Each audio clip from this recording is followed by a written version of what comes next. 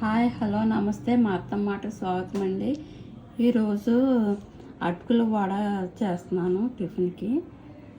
Onion టమాటా చట్నీతో ఎలా చేయాలో ఇది అటుకుల వడకు కావాల్సిన ఐటమ్స్ అండి.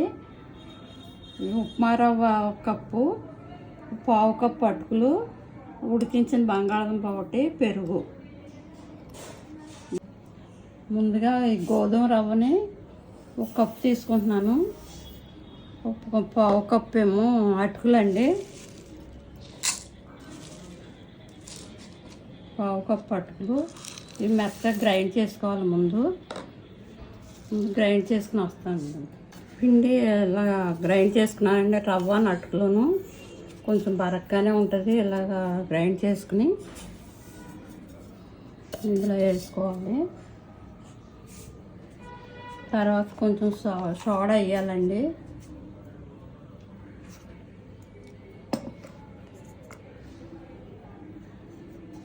కొంచెం సాల్ట్,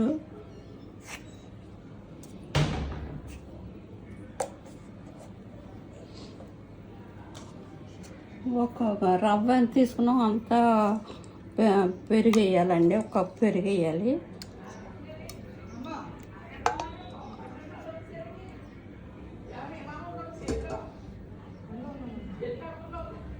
ఒక కప్పు పెరుగు వేసుకుని కలుపుకోవాలండి. ఇందులో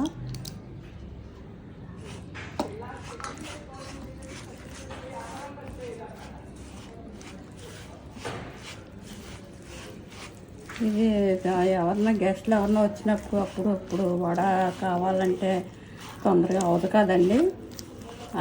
గెస్ట్లను కూర్చోబెట్టి 10 నిమిషాల్లో రెడీ చేసి పెట్టచ్చు. ఇది ఇలా పిండి ఇలా కలుపుకున్న తర్వాత 5 నిమిషాలు పక్కన పెట్టుకోవాలి. ఈ లోపల ఉల్లిపాయలు పచ్చిమిరకాయలు అవి కట్ చేసుకుందాం. అంతేనండి. ఇలాగా మూత పెట్టి 5 నిమిషాలు పక్కన ఉంచుకోవాలి. ఇందులో వాటర్ వేయకూడదండి, పెరుగు ఒకటే. వాళ్ళకి చట్నీ చేస్తున్నా అండి. ఆనియన్ టమాటా చట్నీ. ఆనియన్స్ చిన్న చిన్న ముక్కలు కింద కోసుకుని నూనెలో లైట్గా ఫ్రై చేసుకోవాలి. తర్వాత టమాటా ఉడికించుకోవాలి. ఒక టమాటా, ఒక ఉల్లిపాయ తీసుకున్నాను నేను. 4 ఏమో ఎండుమిరపకాయలు నూనెలో వేయించుకోవాలి.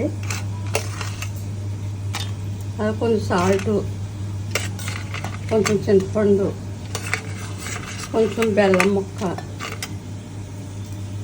ఎల్లుల్లిపాయలు 4 రెబ్బలు వేసి గ్రైండ్ చేసుకోవాలండి. ఇది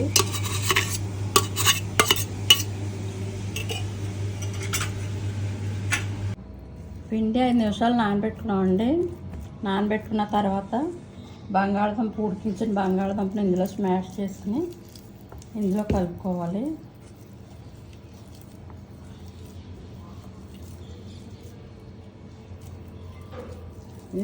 బంగాళదుంప వేసుకుంటే క్రిస్పీగా వడలు బాగా వస్తాయి.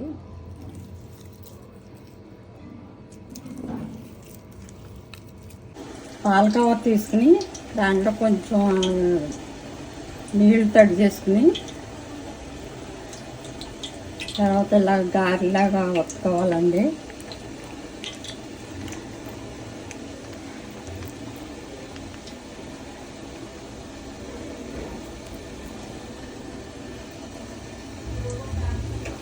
ఆయిల్ కాగిందా లేదని ఇలా అంటే చిట్టుపట్లాడుతుందండి.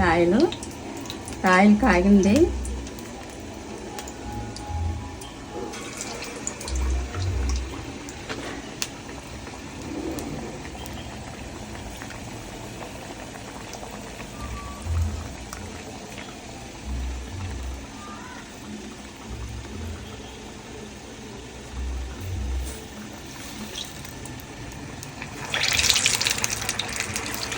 అంతేనండి.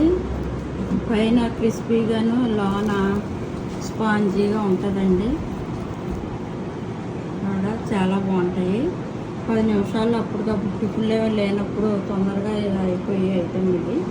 దీంట్లోకి ఆనియన్ టమాటా చట్నీ చేశానండి. ఇందులోకి అది కూడా చెప్పాను. అది వేసుకుని తింటే చాలా బాగుంటుంది.